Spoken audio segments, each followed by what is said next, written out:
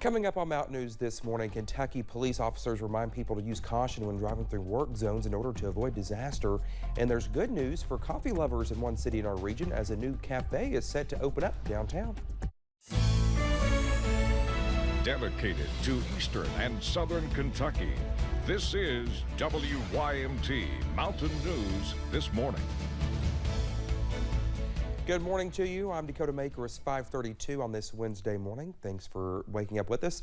During the break, Brandon and I were talking about writing checks, Brandon, because I've written maybe like 2 checks in my life, and I had to Google each time how to do it. So I think they taught us in school how to do it, but one thing about me, I don't pay attention. Listen, the bad thing about me and trying to write a check is I always screw up where you have to write out the money part. Yes. So the numbers, I'm good with that, signing all that, but sometimes I have to redo a check just because I mess up the dollar amount. That's so true. Yeah. So there you go. Struggle's real. Exactly. Hopefully you're not going to write any checks your body can't cash today with the weather forecast. We are going to see some rain chances that we're going to continue to watch as we head through today, but I'm more concerned about tomorrow than today. Let's take a look, see what's going on the last few hours on the satellite and radar, and you see some rain coming out of Tennessee.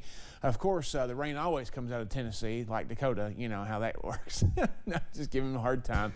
Anyway, we're going down to the south and seeing that storms. And here's the thing, that frontal boundary, we've had several of those down to the south, and it's pushing that rain in the opposite direction than we're used to. We're used to these systems moving from west to east, but these are coming from south to north. So again, I had a lot of that here lately. High knob camera over at UVA-Y, 61 over that way. Not a whole lot going on, not too much fog this morning out there. Temperatures 50s and 60s, 55 in Clintwood to 66 in Somerset and Monticello, but there's very few 50s out there. Even Wayne sitting at 59 right there, close to 60 across the state and region. Already close to 70. Paducah, Owensboro, Bowling Green, and Nashville. 64 across the river in Cincinnati. 58 Charleston, West Virginia. 12-hour planner for today. Sunrise at 6:17, sunset at 8:44. While you may see some sunshine mixing in between those, I do think we see scattered showers off and on throughout the day and mainly dreary conditions. But this afternoon, we do have a little bit of a risk that I'll tell you about for some stronger storms in just a few minutes. Dakota?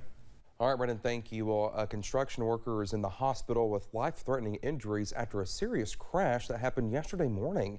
It happened along US 27 in Nicholasville. Police say a number of factors could have played a role and are urging people to take extra precautions when going through work zones, saying incidents like this are far too common. And I know for the convenience of the public, this seems to be the best way that this works, but it is an extremely dangerous job for these guys and gals that are out there working. Well, the name of the victim has not been released. The risk of incidents like this, like something like this happening, is something officials say every road worker faces on the job.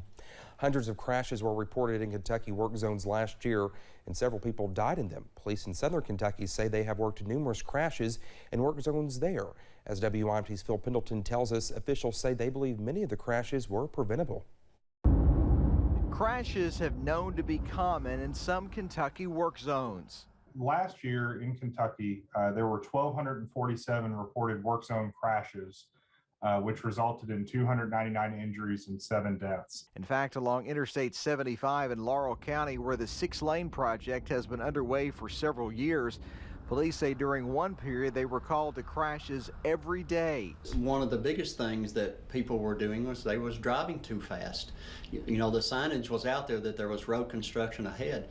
That should alert drivers to slow down. But deputies say many did not, and some still don't, despite the speed limit being dropped and signs up saying workers are present. The signs are usually up that the fines are doubled in the construction zones, and that's the case here as well. Police say there are apps that you can download to your phone that'll let you know where there is road construction, where there are problems along the path that you are traveling. Achardo says there's a Waze app, and highway officials say they post where work is taking place. We have a couple different ways that we can connect with people.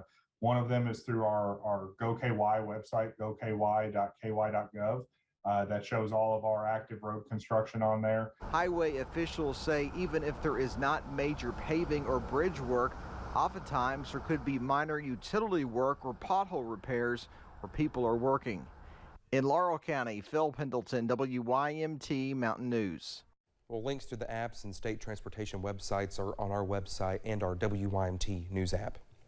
Well, the Memorial Day weekend is normally a big one for travel, but will gas prices affect how many people are on the roads? AAA The Bluegrass estimates more than 39 million Americans will travel this weekend. More than 500,000 of them will be from Kentucky. Flight costs are also up, but AAA estimates there will be a 25% increase in people flying compared to last year. They say most families are going to travel regardless and cut costs in other areas. A lot of people said, hey, we're taking that trip anyway. We're going to cut that budget elsewhere. Well, AAA The Bluegrass says gas prices are expected to continue to increase this summer, and they're telling people to plan accordingly. Kentucky Governor Andy Beshear and Ohio Governor Mike DeWine have submitted an application requesting nearly $2 billion in federal funding to make improvements to the Brent Spence Bridge corridor. It runs through northern Kentucky and the city of Cincinnati. Kentucky and Ohio are seeking $1.66 billion in federal grant funding. That is approximately 60% of the remaining $2.77 billion needed for the project. The remaining costs are expected to split 50-50 by the two states. Each state will be responsible for the needed work on its side of the border. The Division of Abandoned Mine Lands is hosting 3 free workshops for contractors interested in bidding on projects. The first workshop will be June 9th online. The second will be June 14th in London, and the third workshop will be June 21st in Prestonsburg. Some topics will include how to register with the Commonwealth, the bidding process, and contractor expectations and requirements. Coffee lovers in Pineville are in luck. A new coffee shop called Moonbow Coffee is coming to downtown. WYMT's Jade Saylor talked with the owner about opening day and coming up this week during the Mountain Laurel Festival. Moonbow Coffee, a sister coffee shop to Moonbow Tipple and Moonbow Mercantile, is opening in downtown Pineville. We were like, man, here we are going from Williamsburg to Harlan all the time, always going through Pineville. So maybe there's an opportunity there to bring something to Pineville as well. Several drink and menu items will be named after the landmarks and notable things around Pineville. We're gonna have a drink called the Chained Rock, and it's a classic sort of like chocolate marshmallow mocha. You can get it frozen instead, and we're gonna sprinkle a little bit of salted caramel rocks on the top. Including a drink themed after the Mountain Laurel Festival taking place this week. You bring something new to a town, and it's just fun to do it when there's already a festival and people are already out and about. You know, we love going to all the local festivals, including the Mountain Laurel Festival. So we hope, you know, after people get their funnel cake, they might stop by to get their, you know, frap as well. The coffee shop is takeout, but it is conjoined buildings with the Butcher's Pub, allowing anyone to go next door and take a seat to enjoy their treat. We're going to be focusing really on coffee drinks and refresher drinks and baked goods. We're going to have like pastries and muffins and scones and things like that. And we are a takeout service. A new place for a morning jump start or midday pick-me-up. We're very excited to be part of Pineville, excited to meet people. So don't be shy, come down and say hello, and we're just super thrilled to get to open here. Owners are preparing the building, hoping to open to the public on Thursday, May 26th. In Pineville, Jade Saylor, WYMT Mountain News. Well, if you're just in town for the festival this weekend, you can stop by and be one of the first to try the new Moonbow Coffee, or if you're local, you can make it part of your daily routine.